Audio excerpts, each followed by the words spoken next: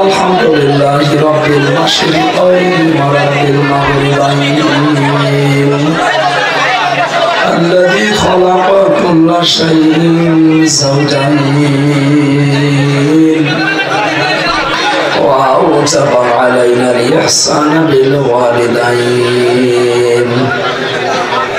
ونشهد أن لا إله إلا الله وحده لا شريك له وأشهد أن محمدا عبده ورسوله سيد الكونين صلى الله عليه وعلى آله وصحبه وأتباعه أجمعين ليلا ونهارا في الطرفين فقد قال الله تعالى في كلامه المجيد وبرهانه التوحيد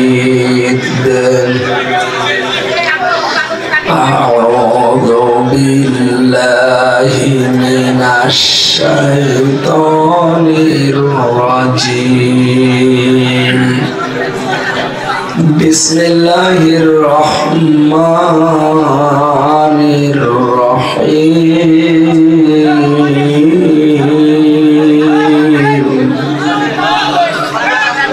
فأما من أوتي كتابه بيمينه فيقول هاؤم اقرءوا كتابيه إني ظننت أني ملاق حسابيه صدقت يا ربنا اللهم صل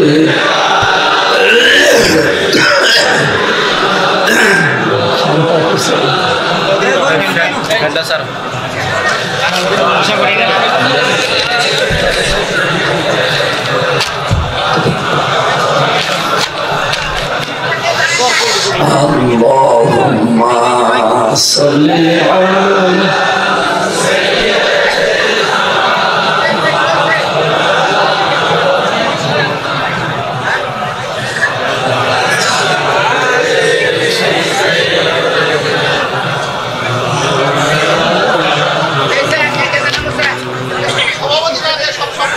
আলহামদুলিল্লাহ বাংলাদেশের ঐতিহ্যবাহী জেলা টাঙ্গাইল সদর থানার অন্তর্গত চরপৌলি ঈদগাহ মাঠ ময়দানে যমুনা নদীর ভাঙন রক্ষার্থে ওয়াজ মাহফিল দোয়া মাহফিলের সম্মানিত সভাপতি জনাব রফিকুল ইসলাম আনসারী, অধ্যক্ষ খারজানা আলিম মাদ্রাসা টাঙ্গাইল, হাজারো আলেমের উস্তাদ ওরফানা লাকা যিকরক, বলেন আমিন। এতক্ষণ যারা আলোচনা রাখলেন, বিশেষ করে মাওলানা মনিরুজ্জামান মনির ভাই, মাওলানা হোসাইন আহমেদ মাহফুজ ভাই সহ অন্যান্য উলামা ইকরাম, সম্মানিত পরিচালক মাওলানা শামসুল আলম, বিশিষ্ট ইসলামী চিন্তাবিদ, শিক্ষাবিদ, মঞ্চে বসা উলামা ইকরাম, সামনে বসা মুসলমান ভাইরা, পর্দার আড়ালের সম্মানিত মা এবং বোনেরা, প্রশাসনের ভাইরা, প্রান্তীয় টাঙ্গাইলবাসী, আপনারা জানেন ইতিমধ্যে আমরা 3 বছর একটা ঘরে আটকা ছিলাম। বের হওয়ার পরে শরীর সাপোর্ট করছে না,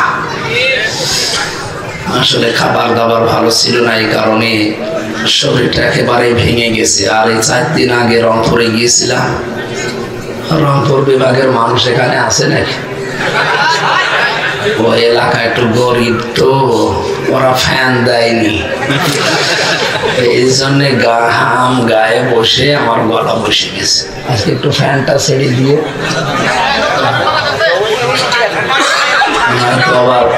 সামনে নিয়ে আসেন, সামনে নিয়ে কালকে মাহফিল আছে নারায়ণগঞ্জে, যদি গলা আরো ভেঙে যায় তো টাঙ্গাইলের বদনাম করবো। ঠিক আছে।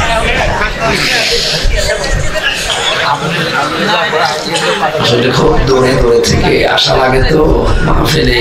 জেলখানা থেকে বের হওয়ার পরে 3 বছর মানুষ পায়নি, একেবারে সেই ভেনরোলের চাকের মতো চেয়ে ধরেছে। আমরা তখন সিরিয়ালও করতে পারিনি। কালকে ছিলাম সবজিতে ঝালুকাঠি বরিশাল, ওখান থেকে আজকে এখানে।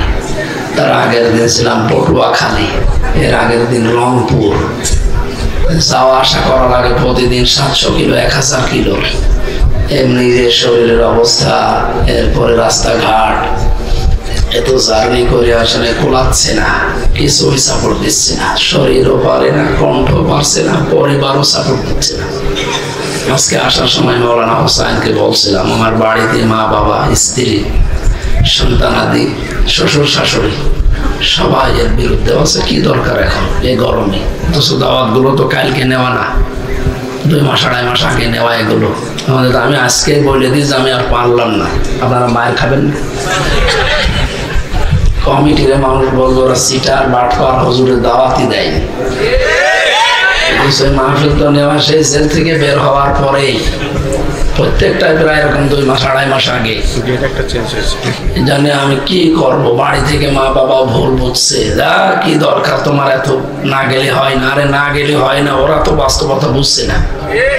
কারণ একটা মাহফিল করা যে কত কঠিন, আর আমি যে অবস্থায় এখন আছি, 14 জায়গায় পারমিশন নেওয়া লাগে। আজকে আমার সাথে ডিএসপির যারা দায়িত্বে আছে গোয়েন্দা বিভাগের দেখা করে গেল। দেখেন, যেখানে শয়তান পর্যন্ত আসে না, ওরা চলে এসে যে রাস্তা দিয়ে আসলাম, শয়তান আসার কথা। এই যে এটা পুলিশ, এই সুরতে আছে, তাই সুরত সিরত পাল্টিয়েছে, এটাও কিন্তু এসআই পুলিশ।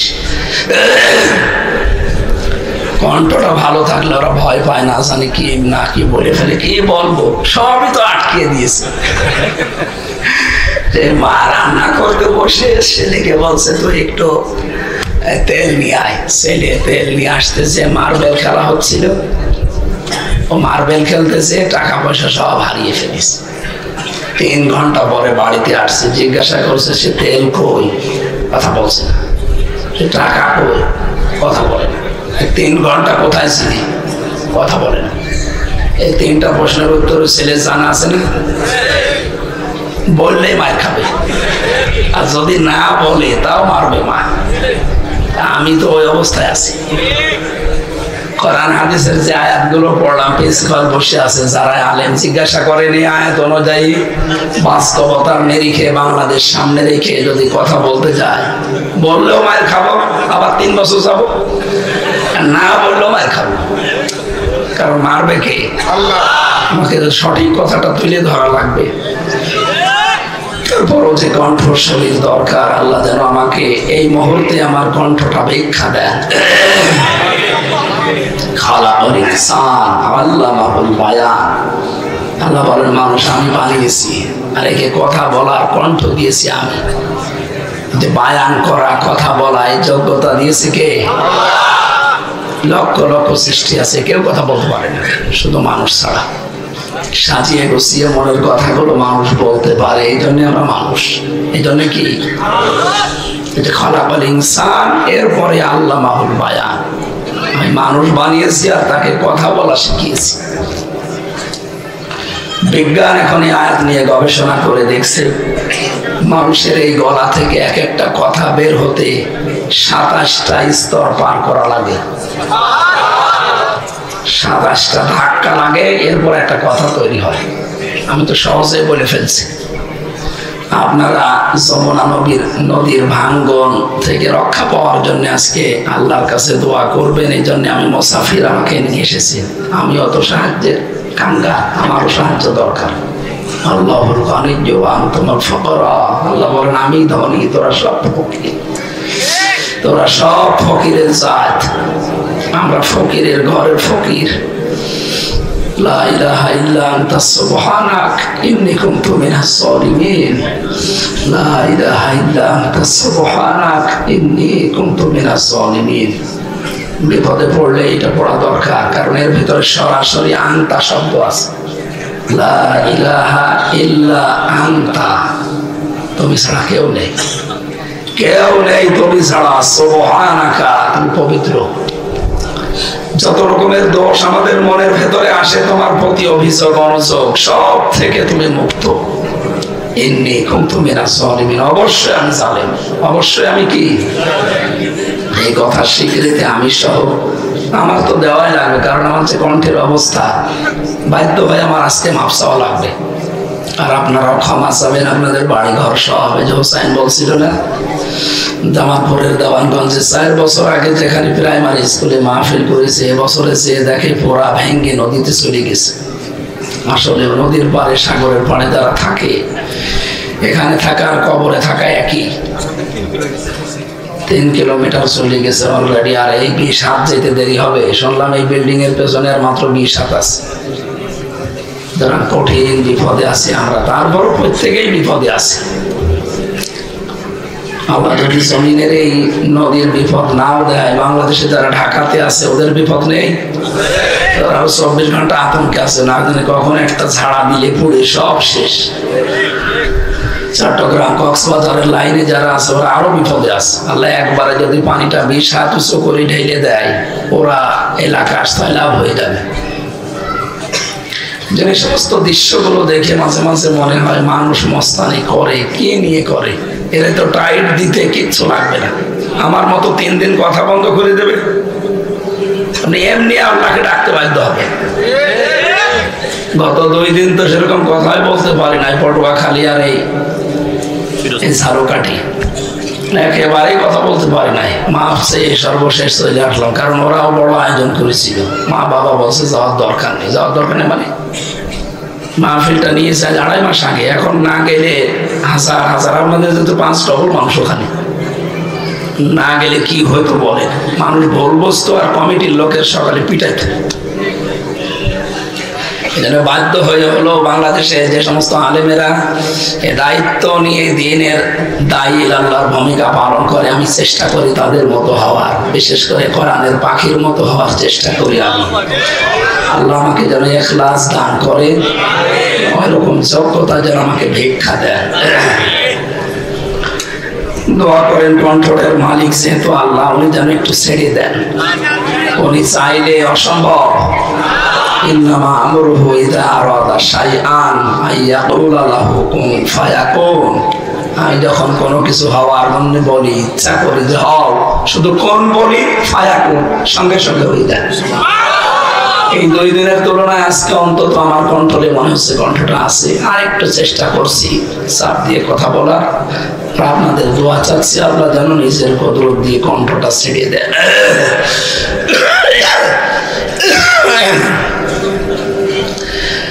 দল মত জাতি বর্ণ ধর্ম নির্বিশেষে কোরআনের অনুষ্ঠানে যারা ইবাদত মনে করে এসেছি, খুশি হয়ে বলছি আলহামদুলিল্লাহ। নবীজি জানিয়েছেন ইন্নাল্লাযী লাইসা ফি জাফিহি শাইউম মিনাল কুরআনি কাল বাইতিল খারিব। যে অন্তরে কোরআন নেই ওটা মানুষের অন্তর না।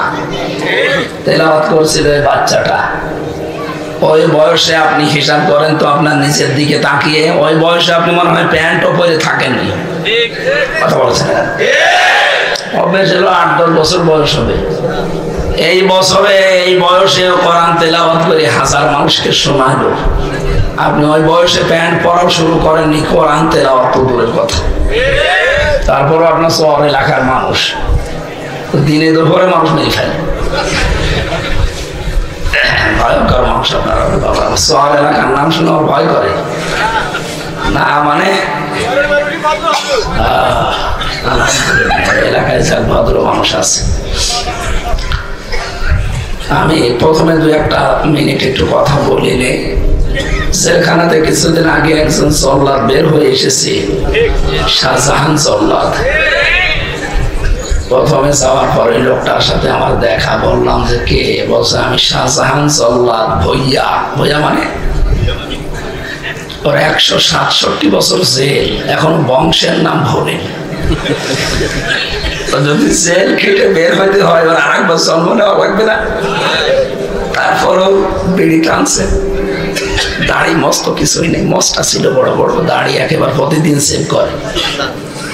এমনি নাম শুনেছে আমার হয়তো, কারণ ওই ভেতরে বিভিন্ন টেলিভিশন আছে, স্ক্রিন আছে, স্ক্রিনে ওরা মোবাইলে ওই যে মেমোরি কার্ডে ওয়াজ ভরে নিয়ে যায় বিভিন্ন ওয়াজ হুজুরদের। আর বাংলাদেশে এখন ওয়াজ চললেই হয় আমির হামজা, নাই তারেক মনোয়ার, নাই মিজানুর রহমান আসারি, এদের ওয়াজই বেশি চলে। আর ওরা ভরে দেয় দোকানদারেরা, কারারক্ষীরা নিয়ে যেয়ে দেয়। তো উনি হয় তার সঙ্গে চেহারা দেখেছে, আমার বলছে হুজুর হামজা হুজুর, হামজা হুজুর আপনার যে চেহারা, আমার নামের আগে জল্লাদ, বহু ফাঁসি দিয়েছি আমি, আপনাদের বড় বড় নেতা আমি ঝুলিয়েছি। ষোলোটা দেখেন বের হয়ে চলে এসেছে, এত বছরের পরে সরকার তাকে মাফ করে সদয় হয়ে বের করে দিল। এরপরে যে লোকটা এখন দায়িত্ব পেয়েছে জল্লাদের, ওর নাম ইলিয়াস, বাড়ি চট্টগ্রাম, 17 বছর সৌদি আরবে ছিল, আর 11 বছর এখন জেলে আছে, এখনো 30 বছর জেল খাটা লাগবে। কি খুব বড় একটা অপরাধ করেছিল না? 17 বছর যে সৌদি আরবে থাকে, তার তো আরবি ভাষা একেবারে আমাদের বাংলার মতো হয়ে যায় না। কোরআন হাদিসের লোকটা জানে, এমনকি হাফেজও শুনলাম। এরপরে দেশে এসেছে, বিবাহ শাদী করেছে, বর সাথে মার আর ওর বোনের মিল নেই, ছোটখাটো বিষয় নিয়ে ঠোকামুখি করে খালি গন্ডগোল করে। বউকে বুঝিয়েছে কয়েকবার, বোঝ মানে নাই, গ্রাম্য মানুষ তো, শেষ পর্যন্ত মেরে ফেলেছে। এখন মার্ডার মামলার আসামি, 30 বছর জেল। বলেন এদিকে 17, এদিকে 23, কত হয়? ওর জীবনে আর কি থাকে? খুব বেশি বড় জিনিস নিয়েও সারা জীবন নষ্ট করছে। বলেন কি নিয়ে? একটা পারিবারিক ঝামেলা নিয়ে। এ ঝামেলা আমাদের পরিবারে নেই? জেলখানাতে আমি এইটাই বেশি দেখেছি। অধিকাংশ মানুষগুলো হয় স্বামী স্ত্রীর মিল মহব্বতে নেই, হয় বউ মেরে ফেলেছে, নাই আদামারা করে ফেলেছে, এইরকম তালাক মালাক নিয়ে এইগুলো বিষয় নিয়ে উনি জেল খাটতেছে। আর মামলা আছে কিছু রাজনৈতিক, আর এই যে মাদক মামলা। পারিবারিক জীবনের যে সমস্ত সমস্যা এবং এর সমাধান করার জন্য কি লাগবে, আমাদের জীবনও আবার না জানি ওই জল্লাদ ইলিয়াসের মতো না হয়ে যায়, কোনো ব্যাপারই না। আজকে আপনি একটু ঝামেলায় রাত করে বাড়ি যাবেন, যদি একটু কথা কাটাকাটি হয়, একটা থাপ্পড় দেবেন, ও ছাতা গেল মরি। কি ওটা বাটা জায়গায় থাপ্পড় লাগবে, মরে যেতে পারে না? সারা জীবন ওই ইলিয়াসের মতো আপনারও জেলে থাকা লাগবে। কেন বাড়ি যাওয়ার আগে আপনার স্ত্রীকে, আপনার মেয়েকে, আপনার বোনকে, মাকে, আমার গাড়িতে বই লেখা আছে, ওদের দেখে দেখে আমি বই লিখেছি, পারিবারিক জীবনে দাম্পত্য কলহ কেন হয়, আর এর সমাধান করার জন্য যেগুলো লাগে আমি লিখেছি। ওটা মোনাজাতের পরে যাওয়ার সময় নিয়ে বাড়িতে পড়াবেন। ছেলেদের একটা আছে, মেয়েদের একটা আছে। আমি বললাম এই কারণে যে ওদের মতো জীবন 100 জনের মানে 60 জনের উপরে পারিবারিক সমস্যায় জেল খাটতেছে। আমরা তো টের পাচ্ছি না। 3টা বছর এক ঘরের ভেতরে থেকে আমি এইটাই বুঝেছি যে আমাদের জীবনে 100 ভাগের 99 ভাগ মানুষ বাইরে যারা আছে তারা এরকম জেলে থাকার কথা, খালি প্রকাশ হয় না। তার প্রকাশ হয়তো আমরা জেলে থাকতাম। আল্লাহ আমাদের পারিবারিক জীবনটা যেন একটু সহজ করে দেন। খুবই ঝামেলায় আছে, সে হুজুর বলেন আর পীর সাহেব বলেন, বহু ঝামেলা পোয়াচ্ছি আমরা। এই ভারতের এই আন্তর্জাতিক যে ষড়যন্ত্রগুলো চলছে, আকাশ সংস্কৃতির নামে যেগুলো পাঠাচ্ছে, এগুলো দেখে দেখে বউগুলো হয়ে যাচ্ছে সব উল্টা পাল্টা এই সিরিয়ালের মতো।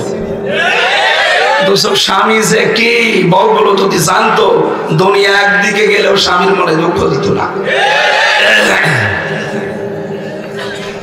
এখানে যে ছেলেটা কোরআন পড়েছে, আমরা অন্তত ওই বয়সে ওর মতো হতে চাই। যে অন্তরে কোরআন নেই, সে অন্তর মানুষের হৃদয় বলা হয়নি, বলা হয়েছে উজাড় গৃহ, শয়তানের ঘর। বিশ্বনবী জানিয়েছেন, মান ক্বারাআল কুরআনা ফাস্তাযহারাহু ফাহাল্লা হালালাহু ওয়া হাররামা হারামাহু আদখালাহুল্লাহুল জান্নাহ ইলা আখিরিল হাদিস, রাহু ইবনে মাজাহ। আলেমরা আছেন, তাদেরকে বলছি। শব্দটা ছিল মান ক্বারাআল কুরআনা, যে ব্যক্তি কোরআন পড়ে। কি করে? বলেন না কেন? পুরা কোরআন শরীফে কোরআন পড়ার ব্যাপারে শব্দ আছে 3টা। কয়টা? করাআ, রাতালা আর তালাওয়া। এই তিনটা শব্দের অভিধান দেখবেন, এই তিনটা শব্দের অভিধান বেত্তারা লিখেছে কিছু পড়তে হলে চারটা শর্ত পূরণ করে পড়া লাগে। কয়টা?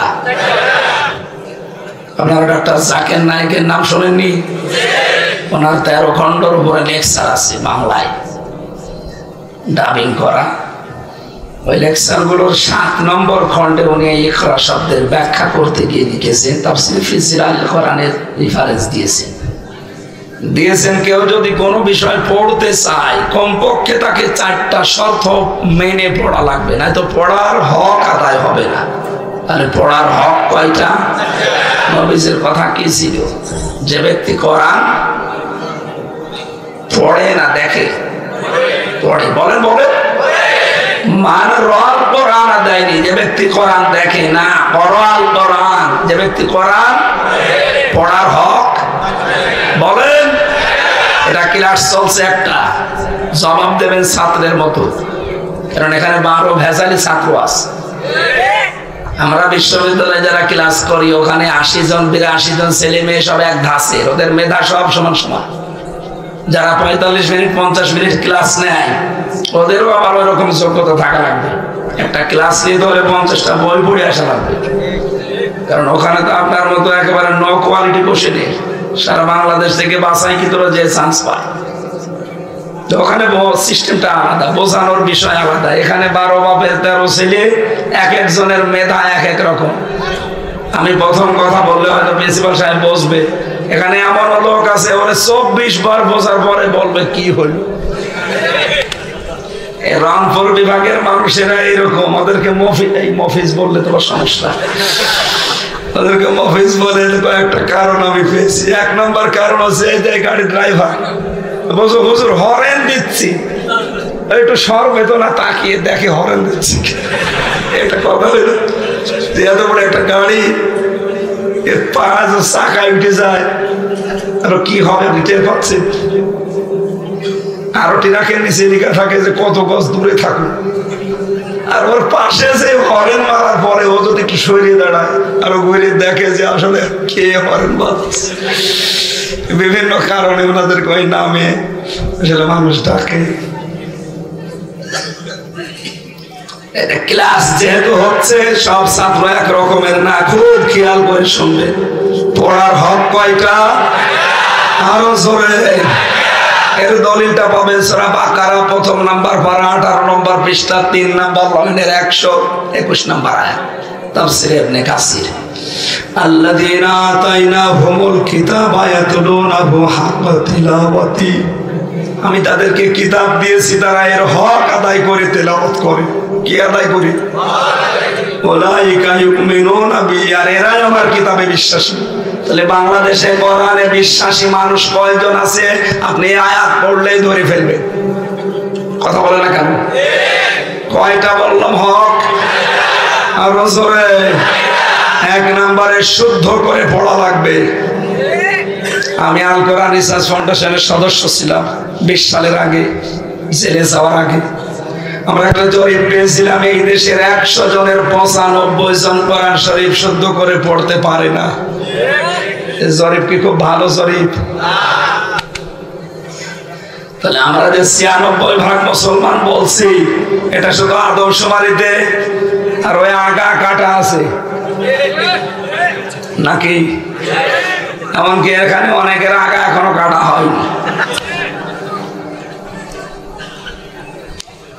না ভাই, আমি হাসির খোরাকি দেয়নি। 100 জনের 95 জন কোরআন শরীফ পড়তে পারে না শুদ্ধ করে, আর আপনি হাসতেছেন।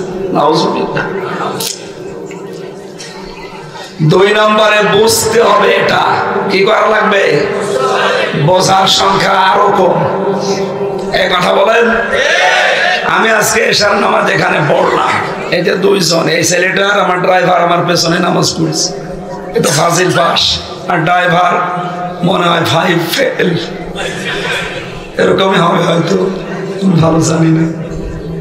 আমার মনে হয় তেলাওয়াত কিন্তু যে আয়াতগুলো ছিল নামাজে হালকা হালকা বুঝলেও ড্রাইভার মনে হয় শুধু আল্লাহু আকবার বলে দাঁড়িয়ে আছে, ও কিছুই বোঝে। ও মনে করছে হুজুর মনে হয় দোয়া করছে। আমি যদি নামাজের ভেতরে গালিও দেয় আরবিতে, ও তাও বলবে করে দোয়া করছি।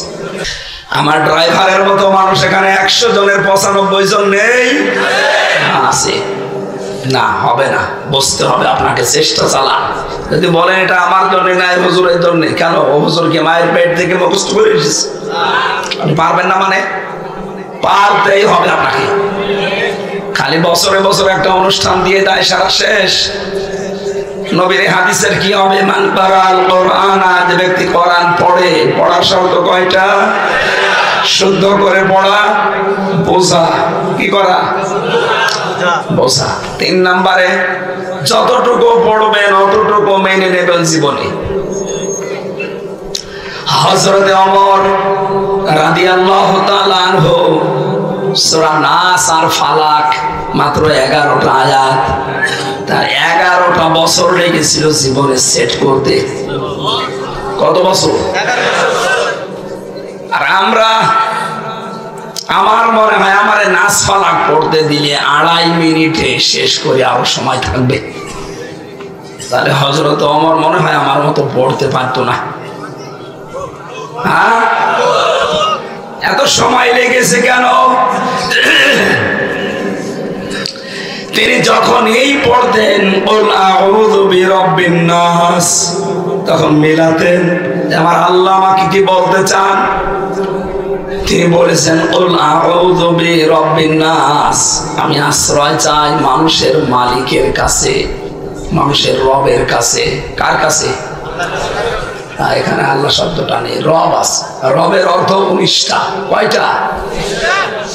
সামারাইজ করে আমরা 5টা বেশি জানি এই দেশে। রব মানে প্রতিপালক।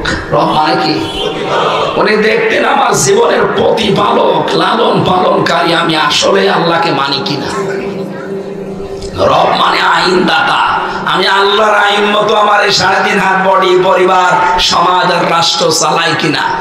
একটা একটা করে 19টা মিলিয়ে যখন দেখতেন না ঠিক আছে, তখন বলতেন মালিকিন নাস। আমরা তো এইভাবে পড়ি নাকি? হচ্ছে না। যেটা যখন পড়বেন ওইটা ওই সময় থেকে প্র্যাকটিক্যাল লাইফে সেট করার জন্য সিদ্ধান্ত নেওয়া লাগবে। এটা কোরআন পড়ার হক। কোরআন পড়ার কি? 4 নম্বরটা খুব কঠিন, এটা না বলি। 4 নম্বর, যতটুকু পড়লেন এটা যেন মানুষ এইভাবে মানতে পারে, এই পরিবেশ তৈরি করে দেওয়া। এটা করতে গিয়ে আমার 3 বছর আটকে রাখাছে। আপনিও যদি এই সিদ্ধান্ত নিয়ে ময়দানে আসেন যে আমি শুধু পড়বো না, আমি শুধু বসবো না, আমি শুধু নিজে মানবো না, আমি মানুষকে মানাতে চাই, তখন আপনারও এরকম অবস্থা হতে পারে। এই দোষ শুধু হামজার একার নাকি? আমাদের সবার দোষ। আমরা যদি নবীর হাদিসটা যদি এই 4টা অর্থ মেনে 96% মুসলমানের দেশ সবাই যদি নামাজ ফরজের মতো দাঁড়িয়ে যেতাম যে না আমি কোরআন পড়তে চাই, এই 4টা শর্ত মেনে, বাংলাদেশে কেউ কোরআন বাধা দেওয়ার সাহস পেত না। কথার অর্থ বোঝা গেছে আমার মনে হয়। দ্বিতীয় পয়েন্টটা বলবো, ফাস্তাযহারাহু, ইজহার থেকে এসেছে শব্দটা। নবীজি বলেন যারা কোরআনে ইজহার করার চেষ্টা করে, ইজহার মানে প্রকাশ করা, ইজহার মানে স্পষ্ট করা, ইজহার মানে বিজয় করা, ইজহার মানে দাঁড় করানো, ইজহার মানে প্রতিষ্ঠিত, ইজহার মানে কায়েম করা। 99টা অর্থ আছে শব্দের। যেভাবে অর্থের ভেতরে শব্দ বেশি থাকে তার ভাব গাম্ভীর্যতা বেশি হয়। ফাস্তাযহারাহু শব্দটাই মনে হচ্ছে কেমন যেন ভয়ঙ্কর শব্দ। আল্লাহর নবী জানিয়েছেন যে ব্যক্তি কোরআন এই 4টা শর্ত অনুযায়ী পড়বে আর কোরআনকে বিজয়ী করার জন্য চেষ্টা চালাবে, এর হালালকে হালাল জানার পরে মেনে নেবে, হারামকে হারাম জানার পরে ছেড়ে দেবে, আদখালাহুল্লাহুল জান্নাহ, আল্লাহ তাকে জান্নাতে দিয়ে দিয়েছে। না দেবে? না না আপনি আলেন না? আদখালা এটা মাঝি, আল্লাহ তাকে জান্নাতে দিয়ে দিয়েছে। সুবহানাল্লাহ বলেন কেন? সুবহানাল্লাহ আন্দাজ বলেন না, কারণ আগে দেখেন আমি তো এখনো মরি নাই, তাহলে নবীজি কি করে বললেন যে তোমাকে আল্লাহ জান্নাতে দিয়ে দিয়েছে? এই হাদিসটা মনে হয় ভুল নাকি? না, মানে এদিকে আসে আপনাকে বুঝিয়ে দেওয়া লাগবে। আমি এখনো মরলাম না, এখনো মরতে কত দেরি আমি তাও জানি না। আর নবীজি বললেন যে প্রথমে এই 4টা শর্ত মেনে নাও, আল্লাহ তোমাকে জান্নাতে দিয়ে দিয়েছে। ফাইল আল্লাহ নিজে, আদখালাহুল্লাহুল জান্নাহ, আল্লাহ নিজে তোমাকে জান্নাতে দিয়ে দিয়েছে। ব্যাখ্যায় আমি পড়েছি, কোন মানুষ যদি সত্যি কোরআন যেভাবে পড়া লাগে এইভাবে পড়ে আর কোরআনকে বিজয় করার জন্য চেষ্টা চালায়, কোরআন যদি বিজয় হয়ে যায়, যদি প্রতিষ্ঠিত হয়ে যায়, কোরআন কায়েম হয়ে যায়, তখন হালালকে হালাল মানা সহজ, ঠিক, আর হারামকে হারাম জেনে ছেড়ে দেওয়া তখন আপনি বাধ্য হবেন। আমাদের দেশে যাকাত ভিত্তিক অর্থনীতি নেই, এই কারণে এই দেশে যদি এখন ফেরেশতা জিবরাইল এসে বাস করে, সেও ইনডাইরেক্ট ভাবে সুদখোর। উল্টা দিকে নিয়ে যাবেন না। কি মনে করছেন আপনি? এই যে টুপিটা খুব সুন্দর মনে হচ্ছে না, এর ভেতরেও সুদ আছে। অন্তত বলেন না হুজুর আপনি 200 টাকা দিয়ে কিনলেন, হালাল টাকা, সুদ মানে? হ্যাঁ, এই টুপিটা যে ফ্যাক্টরিতে বানিয়েছে, ফ্যাক্টরির মালিক লোন নিয়েছে ব্যাংক থেকে। কথা বলছেন এখানে।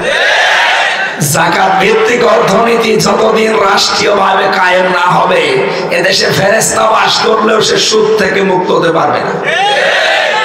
যদি তাহলে কোরআন কায়েম থাকতো, এই দেশে হারামকে হারাম জানার পর যেটা মায়ের সাথে জেনা করার গুনাহ হয়, কেউ জীবনে করার সাহস পেত? বলেন। এই জন্য বলছেন যারা হালালকে হালাল জানার পরে ছেড়ে দিত, আঁকড়িয়ে ধরতো, আর হারামকে হারাম জানার পরে ছেড়ে দিত, এরকম একটা দুনিয়া যদি তুমি পেতে, তুমি তো মনে করতাম একটা জান্নাতে আছে।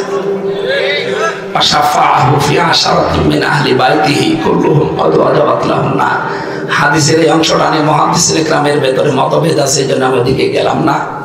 আপনি সুপারিশ করার যোগ্যতা পাবেন 10 জনের ব্যাপারে কিয়ামতে, যাদেরকে আল্লাহ জাহান্নামে দেবে সিদ্ধান্ত নিয়ে ফেলেছিলেন, আপনার সুপারিশে আল্লাহ তাদেরকে বাঁচিয়ে জান্নাত দিয়ে দেবেন।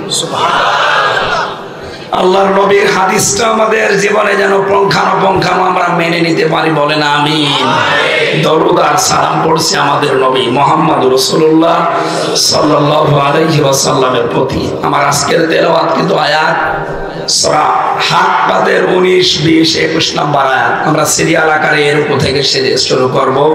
তাফসীরুল কোরআন মাহফিল, এটা ওয়াজ মাহফিল মানে ওয়াজ আল্লাহ করেন, ওয়াজ কি আমির হামজা করে না। ইয়াইজুকুম, আল্লাহ না আমি ওয়াজ করি, আমির হামজা অ্যাডভার্টাইজ করছে। ওয়াজ যা করার আল্লাহ কোরআনে করেনি, সেই ওয়াজ থেকে মাত্র একটা ওয়াজ আমরা আজকে শুনব। এটা আলোচনা বাংলাদেশে একটু কম হয়, এই জন্য এই বিষয়টা আমি নিলাম। আজকের আলোচনার বিষয় হচ্ছে আমল নামা। কি বললাম? বলেন বলেন। এই যারা উঠাউঠি করেন আমার কণ্ঠের কারণে নাকি কথা বুঝতেছেন না এই কারণে? আমার অনেক কথা বোঝা যাচ্ছে আজকে। শুধু প্রসাব পায়খানা বাদ দিয়ে ভালো লাগছে না এই মনে করে যদি চলে যান, আপনার ইমানের সমস্যা আছে। 1 ঘন্টা 1.5 ঘন্টা বসে থাকতে পারেন না। আপনার সাথে মেয়ে বিয়ে দিলে মেয়ে টেকবে? এলাকায় তো মেয়ে বিয়ে দেওয়া বন্ধ হয়ে যাবে মানুষের। আশা করছি ভাই 1টা ঘন্টা সময় আমার দেবেন না? আমি ভাঙ্গা ভাঙ্গা কণ্ঠে এসে চাপ দিয়ে কথা বলছি, কালকে গলা আরো বসে যাবে। তারপরও বড় আশা নিয়ে আপনারা এসেছেন, আমিও বড় আশা নিয়ে এসেছি, বলতে পারছি না। তাই কোরআন থেকে কিছু পাওয়ার জন্যে, যেহেতু দুনিয়াটা আসল দুনিয়া না। উনি গজল বলছিলেন না যে দুনিয়া থাকার জায়গা না। আজকের তেলাওয়াত কিন্তু আয়াতের ভেতরে কথাগুলো পাবেন।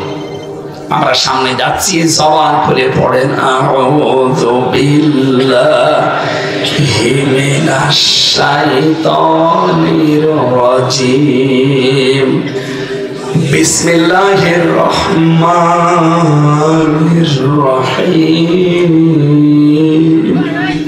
ফাম্মা মান উতিয়া কিতাবাহু বিয়ামিনি ফায়াকুলু হাউম ইকরাউ কিতাবিয়া। আমার ভাইরা, দুনিয়ার এই জীবনটা শেষ হওয়ার পর অনন্ত অসীম কালের একটা জীবন আল্লাহ শুরু করাবেন আমাদের দিয়ে, যেটাকে বলা হয় আলমে আখিরাত। কি বলা হয়? এই পৃথিবীতে পাঠানো থেকে শুরু করে একেবারে যাওয়া পর্যন্ত 5টা হায়াত আমরা দুনিয়ায় পার করি। একটা জগতে ছিলাম, সেটার নাম আলমে আরওয়াহ, রূহের জগৎ। এরপরে আলমে বুতুন, মায়ের পেটের জগতে একটা নির্ধারিত সময় আমরা কাটিয়েছি। 3 নাম্বার যে জগৎটা আছে আলমে দুনিয়া। এরপরে আরেকটা জগতে যাব, আলমে বারজাখ, কবরের জগৎ। সর্বশেষ যে জগতে আমরা উঠবো, ওই জগতের নাম আলমে আখিরাত, পরকালের জগৎ। এর ভেতরে 2টা পার করে ফেলেছি, সামনে মাত্র 2টা বাকি আছে, মাঝখানেরটা আছে। এখান থেকে বোঝা যায় ওপরে যেহেতু 2টা পার করেছি, সামনে 2টা আছে, মাঝখানেরটা আছে, সামনের 2টাও আমাদের পার করাই লাগবে, মাস্ট বি। কথা বলে না কেন? আল্লাযী খালাকাল মাউতা ওয়াল হায়াতা লিয়াবলুয়াকুম আইয়ুকুম আহসানু আমালা। তিনি সে আল্লাহ যিনি তোমাদের মউত আর হায়াত বানিয়েছেন। আগে মউতের কথা এজন্য আল্লাহ দিয়েছেন, মানুষকে আল্লাহ বোঝাতে চান, পৃথিবীর মানুষেরা তুমি যাই মনে করো না কেন, যত উপরে ওঠো না কেন, এ কথা দৃঢ়ভাবে বিশ্বাস করো যে মরা লাগবে। কি করা লাগবে? মরণের পরে যে বিশাল জগৎ শুরু হচ্ছে, আলমে বারজাখ, কবরের জগৎ, এটা একদিন না একদিন আমাদের সবার জন্য শেষ হয়ে যাবে। সিংহায় ফৎকার দেওয়ার সঙ্গে সঙ্গে আর একটা নতুন জগতে হাজির হব আমরা। আল্লাহ রাব্বুল আলামিন বলেন, জগৎটা এত বড় হবে, এক একটা দিন হবে কিয়ামতে 50,000 সানা বিম্মা তাউদ্দুন। এক একটা দিন হবে দুনিয়ার গণনা হিসাবে 50,000 বছরের মতো লম্বা। টাঙ্গাইল বাসী বড় দরদ নিয়ে কথা বলছি, আমি আমার নিজের জন্যে বলছি। আপনি একটু বিবেক দিয়ে ভাবেন তো, এক একটা দিন যদি 50,000 বছরের মতো লম্বা হয় দুনিয়ার এই হিসাবে, আমরা যারা 100 বছর হায়াত পেয়ে দুনিয়া থেকে বিদায় নেব, কোন একজন হিসাব করে জানিয়েছে আমরা যেন 2.5 সেকেন্ড মাত্র বেঁচে আছি দুনিয়ায়। কত বলেন? 2.5 সেকেন্ডের পরে আমার শেষ সব। তাহলে 100 বছর আমরা অনেকে বাঁচি না। আমার এখন 33 বছর বয়স, আমার তো মনে হয় আর 33 বছর পাবো কিনা আল্লাহ জানে। এই অবস্থায় যদি আমি মারা যাই, আখিরাতের এক একটা দিনের তুলনায় আমি কয় সেকেন্ড পেয়েছি বলেন? 1 সেকেন্ড। কতটুকু? মাত্র 1 সেকেন্ডের জন্য আমার দুনিয়ার এই জীবনটা এখন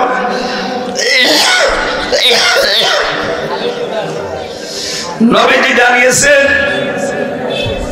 কিয়ামতের ওই কঠিন ময়দানে মানুষ যখন হাজির হবে, একটা একটা করে বিচার ব্যবস্থা আল্লাহ সাজাবেন 3টা পর্যায়ে। বাংলাদেশের রায় হয় 4 প্রকার। কয় প্রকার? এই টাঙ্গাইলের ম্যাজিস্ট্রেট কোর্ট থেকে আপনার বিরুদ্ধে যদি রায় আসে, আপনি বলতে পারবেন না বিচার আমি মানি না। এতটুকু বলার ক্ষমতা আপনার আছে যে আমি তো ন্যায় বিচার পেলাম না, আমি আরো উপরে যাব। যান, কোথায় যাবেন আপনি? তাহলে জজ কোর্টে যান, টাঙ্গাইল জজ কোর্ট।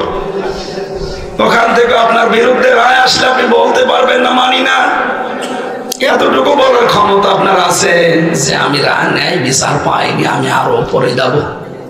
যান, আপনি কোথায় যাবেন? হাইকোর্টে যান। ঢাকাতে যান এবার হাইকোর্ট, ওখানে 54-56টার উপরে এখন বেঞ্চ আছে, যে কোনো বেঞ্চে আপনার কেসটা জমা দেন। ওখান থেকে যদি রায় আসে আপনার বিরুদ্ধে, আপনি বলতে পারবেন না আমি মানি না, তাহলে আবার রাষ্ট্রদ্রোহী মামলা হবে। কথা বলে না? সর্বশেষ এতটুকু আপনি বলতে পারেন যে আমি ন্যায় বিচার পেলাম না, আমি আরো উপরে যাব। কোথায় যাবেন?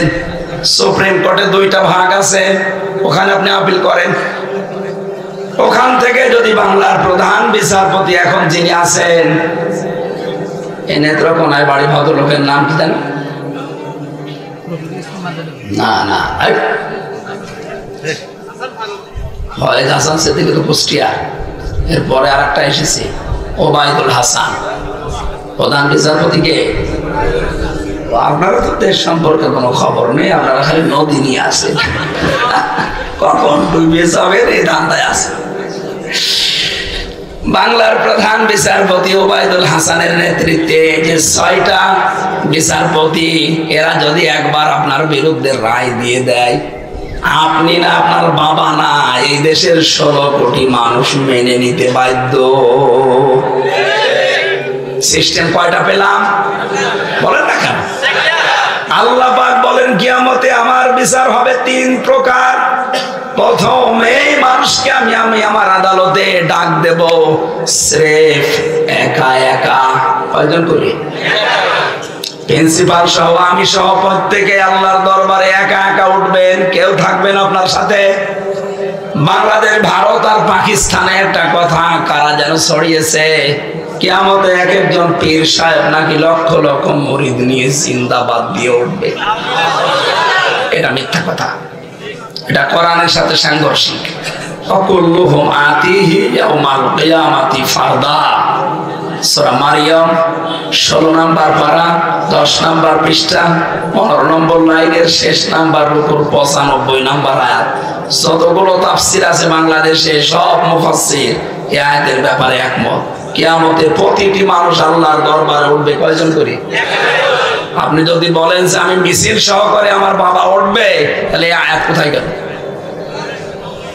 এটা ধোঁকা দিয়ে বোকা বানিয়ে দরবার চালানোর একটা পন্থা।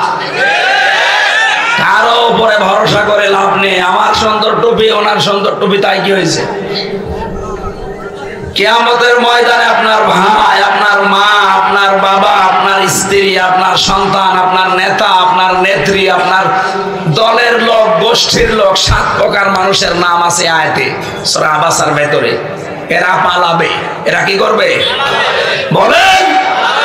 তাও পালাবে আস্তে করে না। ইয়াউমা ইয়াফিরুল মারউ মিন আখি। ইয়াফিরু মানে কি? ছেড়ে দৌড় দেওয়া, খেচ্ছে দৌড় মারা। বাঘ দেখলে যেভাবে মানুষ দৌড়ায়, কিয়ামতে এই 7 প্রকার মানুষ ওইভাবে দৌড়াবে। আপনার বিবেকের কাছে আমার প্রশ্ন, আপনি মূর্খ মানুষ, তাতে কি বলেন তো একটু ভেবে। এই যাদের নাম বললাম, এই 7 প্রকার মানুষ যদি কিয়ামতে পালায়, আমার মনে হয় হাজারো পীর সাহেব বলবে, আল্লাহ আমি পীরই ছিলাম না। আমি কি বেশি বলছি? এরা যদি এই কথা বলতে পারে যে আমি ওরে চিনি না, মা বলবে ছেলে আমি চিনি না, ভাই বলবে কেউ, তাহলে পীর সাহেবের কথা বলতে পারে না যে আমি তো পীরই ছিলাম। এই জন্য এই ধান্দা বাদ দেন ভাই। আপনি উঠবেন স্রেফ আল্লাহর দরবারে একা একা। কয়জন করি? একটু ভেবেছেন কোনদিন শব্দটা নিয়ে? আমি মাঝে মাঝে একা থাকলে জেলখানায় যেতে, এক ঘরের ভেতরে 3 বছর একাই ছিলাম, মাঝে মাঝে এই চিন্তাটা আসতো, কত মানুষ আমার সামনে দিয়ে জেলে মরে বের হয়ে চলে যাচ্ছে। জেলখানার নিয়ম হচ্ছে জেলে নাকি আজরাইল ঢোকে না, ওখান থেকে অসুস্থ হয়ে মরে গেলেও বের করে বলে যে বাইরে চিকিৎসাধীন অবস্থায় মরে গেছে, অথচ মরেছে 10 ঘন্টা আগে। ওদের এই কথা ছড়ানো আছে, কারণ ওখানে মরে গেলে জেলার সুপার সহ যারা দায়িত্ব আছে ওরা ফেসে যেতে পারে। এই জন্য যদি একটু খাপুস গুপুস করে তাড়াতাড়ি করে বেঁধে পাঠিয়ে দেয়, যা বাইরে যে বল, আর বলবো চিকিৎসাধীন অবস্থায় মরে গেছে। জেলখানা এই জন্য আজরাইল, অথচ আমার সামনে মরিয়ে শেষ, তারেও ওই বেড়ি মেরি পরিয়ে নিয়ে চলে যাচ্ছে। 1-1.5 ঘন্টা পরে শুনলাম যে কারারক্ষী এসে বলছে লোক মরিয়েছে। ও মরিয়েছে আমার সামনে। কত মানুষ ওই সময় বের হয়ে চলে গেল আমার সামনে দিয়ে, কত লাশে 3 বছরে বেরিয়েছে। আমার ভাইরা, মাঝে মাঝে একা একা আনমনা হয়ে চিন্তা আসতো, আল্লাহ আমি যদি এখনই মারা যাই, তুমি যদি বলো হামসা তোরে আমি একা সামনে নিয়েছি, 2024 সালের এপ্রিল মাসের 30 তারিখ পর্যন্ত তোরে মাফ করে দিলাম, যা শুধু মে মাসের 1 থেকে 10 এই 10 দিনের হিসাব দিয়ে তুই জান্নাতে চলে যা। আমি জেলখানায় তো গোনা মুক্ত হয়েছিলাম, কারণ গোনা করার কোনো পরিবেশ ওখানে নেই। 24 ঘন্টা আপনি তালা মারা এক ঘরে, এদিকে 2.5 হাত এদিকে 3.5 হাত, কোনো জায়গায় যেতে পারবেন না, কারণ ফাঁসির কন্ডেম সেলের ভেতরে ছিলাম। কোনো গোনা তো করার কোনো মানে সমস্যাই নেই। করবেন কি করে? মোবাইল নেই, মেইলও নেই, কি দিয়ে গোনা করবো? আল্লাহ আল্লাহ করা ছাড়া কোনো উপায় নেই। যে কান্নাকাটি করেন আল্লাহ আল্লাহ করেন। মাঝে মাঝে ভাবতাম অন্তত এই 3 বছর তো কিছু না হলেও কিছু গোনা থেকে মুক্ত আছি। তারপরও যদি আল্লাহ ডিসেম্বরের এপ্রিলের 30 তারিখ পর্যন্ত বলে জবাব দেওয়া লাগবে না, এমনি মাফ করে দিলাম, শুধুমাত্র এই 11 দিনের হিসাব দিয়ে যা, 10 দিনের। আমার মাঝে মাঝে এই চিন্তা এসেছে, কোরআন শরীফের এই যে এর মধ্যে কোরআন আছে, আমি বলছি আমার মাঝে মাঝে মনে আসতো না আমার দ্বারা সম্ভব না। আপনারা পারবেন না? আপনারা পারবেন। কয়েকদিন আগে আমি ওমরা হজে ছিলাম, রোজা রমজান মাসে একটা ভিডিও দেখাচ্ছি, ওখানে মদিনাতে একটা কম্পিটিশন চলছিল। বিচারপতি যিনি বিচারক, এই যে 10 বছরের বয়স, কোরআনের হাফেজ ছেলেটা, অন্ধ, এত সুন্দর তেলাওয়াত করে পৃথিবীকে তাক লাগিয়ে দিয়েছে। তারে ডাক দিল বিচারপতি। বিচারক ডাক দিয়ে বলছে, তোমার তো চোখ নেই, তোমার একটা আফসোস হয় না আল্লাহর প্রতি যে আল্লাহ তুমি আমাকে চোখ দিলে না, তোমার অভিযোগ নেই? ছেলেটা বলছে, আমার তো অভিযোগ নেই, আরো আমার আনন্দ লাগছে। বিচারক বলছে, একটা কথা বললে, তোমার চোখ নেই, তোমার অভিযোগও নেই, আবার আনন্দ লাগছে মানে? ছেলেটা ডাক দিয়ে বলে, বিচারক আপনি কোন সেন্সে কি দিয়ে কথা বলছে? না আমি জানি না, তবে আমার কাছে এই মনে হয় কিয়ামতের ময়দানে আল্লাহ পাক যখন প্রত্যেককে একা একা তুলবে, এই আয়াতটা তখন তেলাওয়াত করলো, ওয়াকুল্লুহুম আতিহি ইয়াউমাল কিয়ামাতি ফারদা। কিয়ামতের প্রতিটি মানুষ আল্লাহর দরবারে স্রেফ একা একা দাঁড়াবে। আমার যদি শুধু 3.5 হাত বডি সম্পর্কে প্রতিটি নিয়ামত সম্পর্কে যেহেতু জিজ্ঞাসিত হব আমি, আমার পা থেকে মাথা পর্যন্ত যদি আল্লাহ জিজ্ঞাসা করতে করতে আসে, চোখের কাছে এসে আল্লাহ থেমে যাবে। আল্লাহ চোখের কাছে এসেই থেমে যাবে, কারণ আমাকে জন্মগত ভাবে চোখ দেয়নি। এইটা দিয়ে আমি আল্লাহকে ওই দিন ধরতে পারবো, মাবুদ তুমি এই 1,00,000 কোটি মানুষকে চোখ দিয়েছিলে, তুমি আমারে চোখ দাওনি। আমি চোখ না থাকার পরও তোমার পড়া কোরআন 30 পারায় মুখস্থ করে রেখেছি। তুমি আমারে ধরো, কোন জায়গা থেকে ধরবা ধরো। আমি বিচারপতি বিচারক যারা, তাদের কাছে পরীক্ষা দিয়ে এসেছি। তুমি আমারে ধরো, আমি পুরাটা আমার বক্ষে ধারণ করে রেখেছি। তুমি আমাকে চোখ দাওনি, অন্তত এই ওসিলায় হলো আজকে আমার বিচারটা একটু সহজ করে দাও।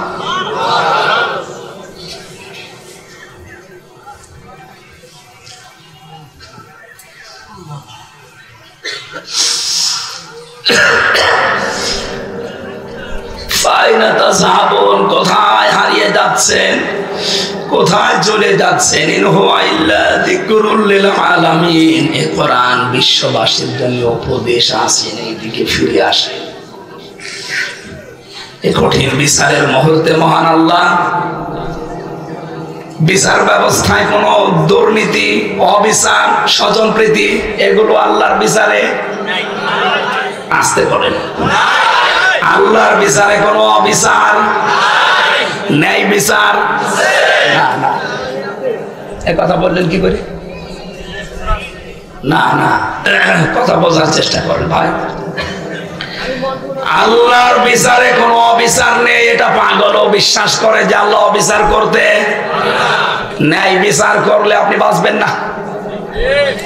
ন্যায় বিচার যদি আল্লাহ করে, পৃথিবীতে কেউ জান্নাতে যেতে পারবে না। হ্যাঁ, জান্নাতে যাওয়ার একটা মাত্র মাধ্যম আছে, আল্লাহ যদি দয়া করে মাফ করে দেয়, তাছাড়া কোনো বিচার নেই।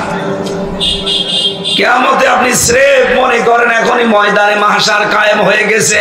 আমি তো বাস্তব কথা বলছি। আপনি দাঁড়িয়ে আছেন সামনে, আপনার আমার এই 33 বছরের জীবনটা আমি যদি এখন মিলাই, আমি তো বললাম না 10 দিনের হিসাবও সম্ভব না, একদিনেরটা সম্ভব। কারণ আজকে সকাল থেকে সন্ধ্যা পর্যন্ত এখানে এমন অনেক মানুষ আছে যারা 50টার উপরে মিথ্যা কথা বলিস, কথা বলে। এই জন্য আমরা পারবো না ভাই।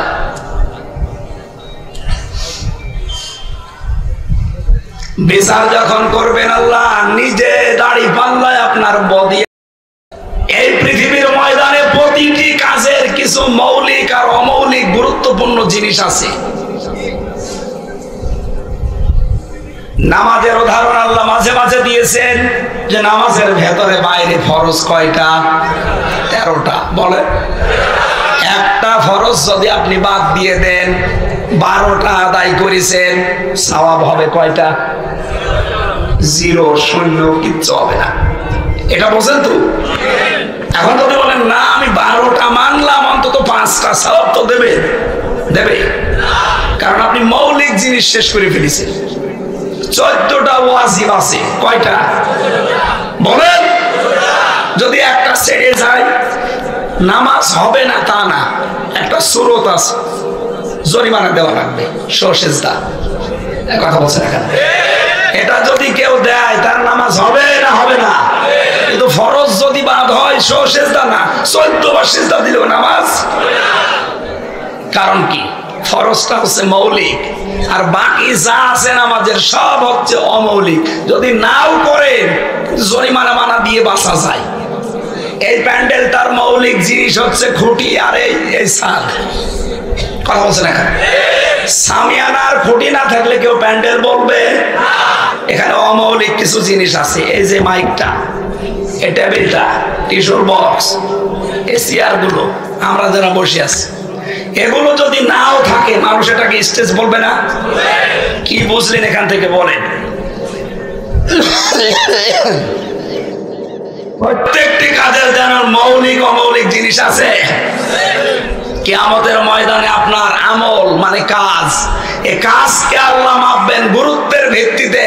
মিজানের পাল্লা মানে দাড়ি পাল্লা না, মিজানের পাল্লা মানে মানদণ্ড। হাইকোর্টের সামনে আপনি দেখবেন একটা দাড়ি পাল্লা টাঙানো আছে, টাঙানো নেই? ওটা দিয়ে সরকার কি মেপে মেপে জিনিস দেয়? কেন টাঙিয়ে রেখেছে? দুই দিকে সমান সমান, ন্যায় বিচারের ওটা মানদণ্ড।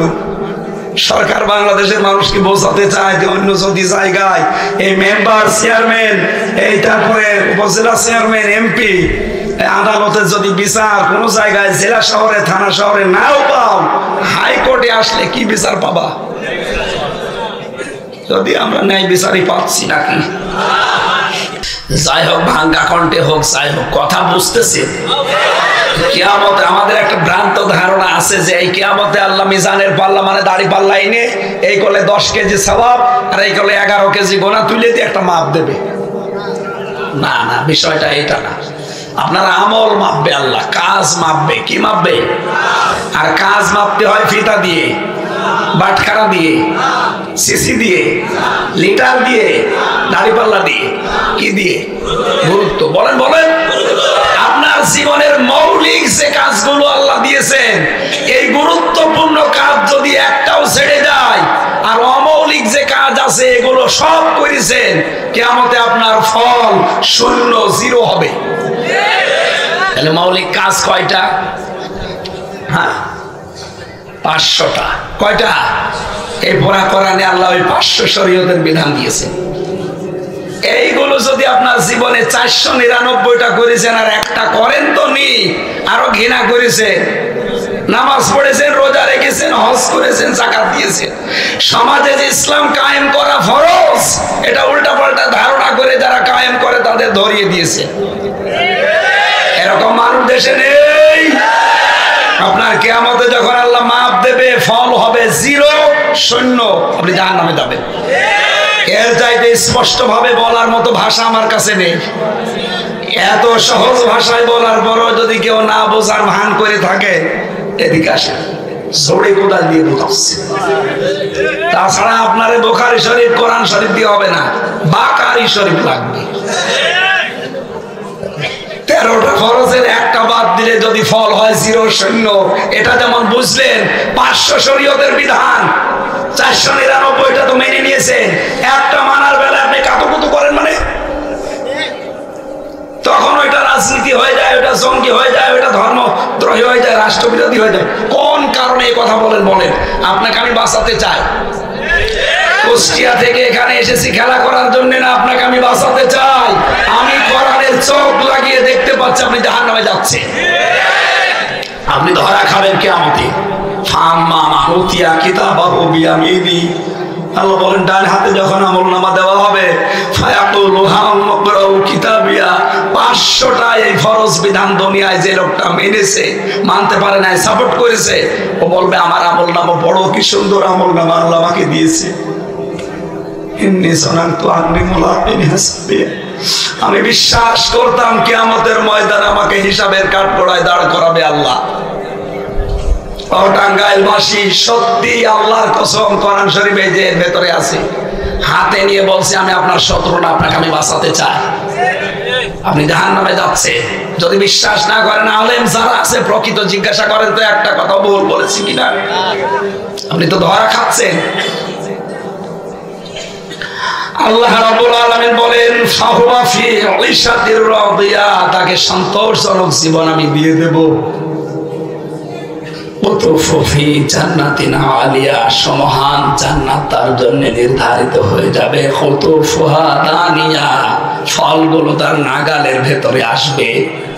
কুলু ওয়াশরাবু হানিয়াম বিমা আসলাফতুম ফিল আইয়ামিল খালিয়া, আল্লাহ পাক বলবেন ফেরেশতারা এদেরকে ঘোষণা দাও, দুনিয়ায় আমার ইসলাম মানতে গিয়ে মন মতো চলতে পারোনি, হারাম ইনকাম করে অবৈধ ইনকাম করে ভালো ভালো খাবার কিনে খেতে পারোনি, আজকে তোমাদের ওই ভালো কাজের জন্য আমি আল্লাহ খুশি হয়ে খাবারগুলো উপহার দিলাম।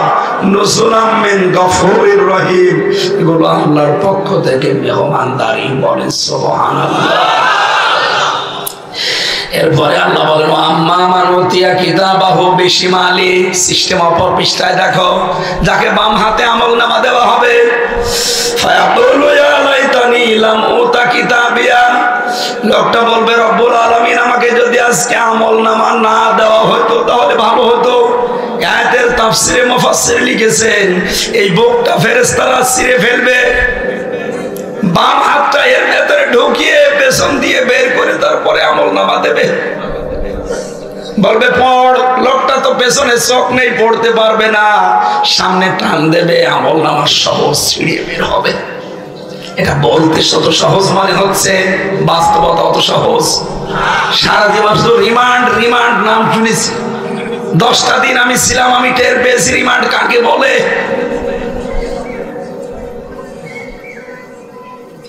ওখানে যে সমস্ত মানুষগুলো রিমান্ডে জিজ্ঞাসাবাদ করে, তাদের হাতে যে সমস্ত অস্ত্র শস্ত্র গুলো আছে, যারা অস্ত্র মামলায় ধরা পড়ে মার্ডার কেসের, এদেরকে রিমান্ডে নেওয়ার পরে শুনে এটা তুলে ফেলে, চোখ দিয়ে প্লাস দিয়ে তুলে ফেলা। একটা জীবিত মানুষের এটা প্লাস দিয়ে তুলে ফেলা জীবন তো অত সহজ বলেন তো? ওর সম্মুখীন না হলে আপনি বুঝবেন। আমার তো মূল্য চুরির মামলা, আমার আর কি নেবে, খালি জিজ্ঞাসা করতো।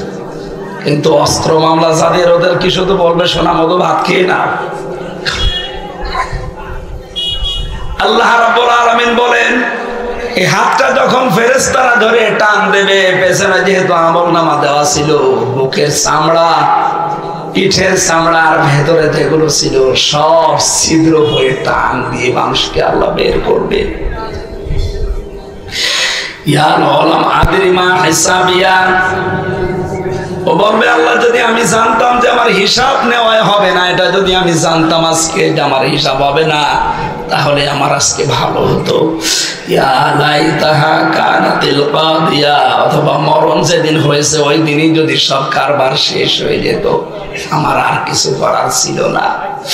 রব্বুল আলামিন বলেন মা আগনা আন্নি মালিয়া, ও দুনিয়াদারেরা তোমাদের ধন সম্পদ কোনো কাজে আসবে না।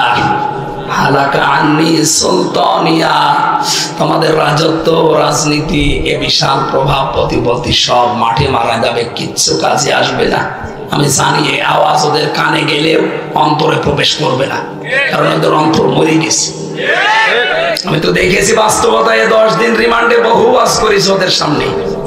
এমন এমন মানুষ আমার দায়িত্বে ছিল, ও আল্লাহ বিশ্বাস করে না, ও আজ তো দূরের কথা। আল্লাহ হালাকা আন্নি সুলতানিয়া, তাদের ক্ষমতা চেয়ার ধ্বংস হয়ে যাবে একদিন। এটা ওরা বিশ্বাস যদি নাও করে, আমরা বিশ্বাস করি না। আল্লাহ রাব্বুল আলামিন এবার কঠিন কথা জানিয়েছেন, খুযুহু ফাগুল্লুহু সুম্মাল জাহিমা সাল্লু। আল্লাহ বলবেন ধর এদেরকে, এদেরকে ধর, গলার ভেতরে বেড়ি লাগা, জাহান্নামে নিক্ষেপ কর এদেরকে। সুম্মা ফি সিলসিলাতিন দারউহা ৭০ যিরাআন ফাসলুকহু, ৭০ গজ বিশাল চেকল দিয়ে বাঁধ। অপমান করার জন্য আল্লাহ এই দৃশ্যগুলো তৈরি করবে, টেনে হিচড়ে এবার বলবে জানিয়ে যা জাহান্নামের দিকে। এই যে এত অপমান, এত অপদস্থ, কয়টা কারণে হবে বলেন তো?